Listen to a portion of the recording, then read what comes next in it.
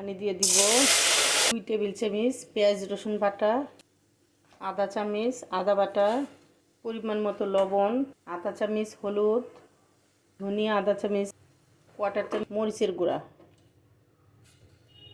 আস্ত কাঁচামরিচ 3টা, মাঝখান দিয়ে কেটে 3টা, কাতল মাছের মাথা, কাতল মাছ দিয়েছি ছোটো ছোটো, আর হলো মাথাটা।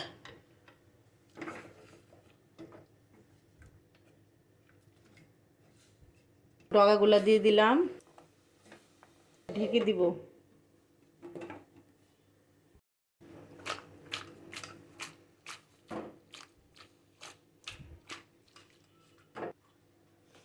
নাড়া দিব না, এভাবে করে উল্টিয়ে দিচ্ছি।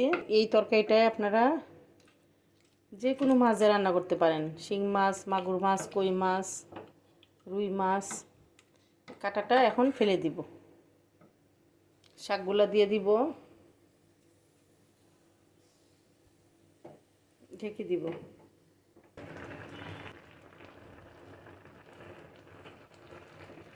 দেখেন হয়ে গেছে, এখন এটা উল্টিয়ে দিব।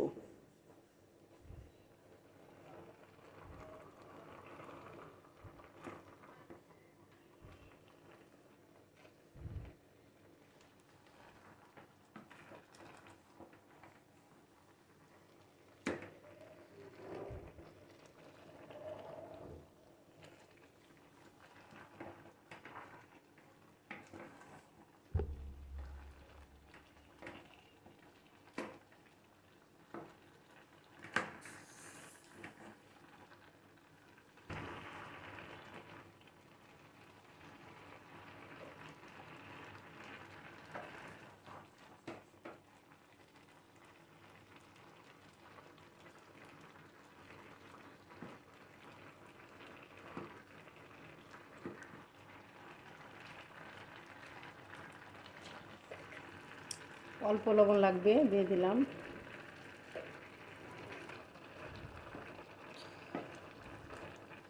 তো ডাটাগুলো দেখবো সিদ্ধ হয়েছে নাকি। ডাটাগুলো সিদ্ধ হয়ে গেছে। তো কচি, একবারে কচি লাউ শাক দেখেন সিদ্ধ হয়ে গেছে। এটা আর সিদ্ধ করব না। লাউ শাক দিয়ে মাছের ঝোল, অসম্ভব একটা মজার শাক রান্না, তেল ছাড়া, স্বাস্থ্যসম্মত। আপনার স্যুপ হিসাবে খেতে পারবেন, ভাতের সঙ্গে খাওয়া যায়। সিম্পল রান্না, অল্প মশলা, স্বাস্থ্যসম্মত রান্না। না বলি যে তেল দেই নাই, আপনারা বুঝতেই পারবেন না যে তেল ছাড়া রান্না স্বাদের হয়। আমার রান্নাগুলো যদি আপনাদের ভালো লাগে, লাইক, শেয়ার ও সাবস্ক্রাইব করবেন।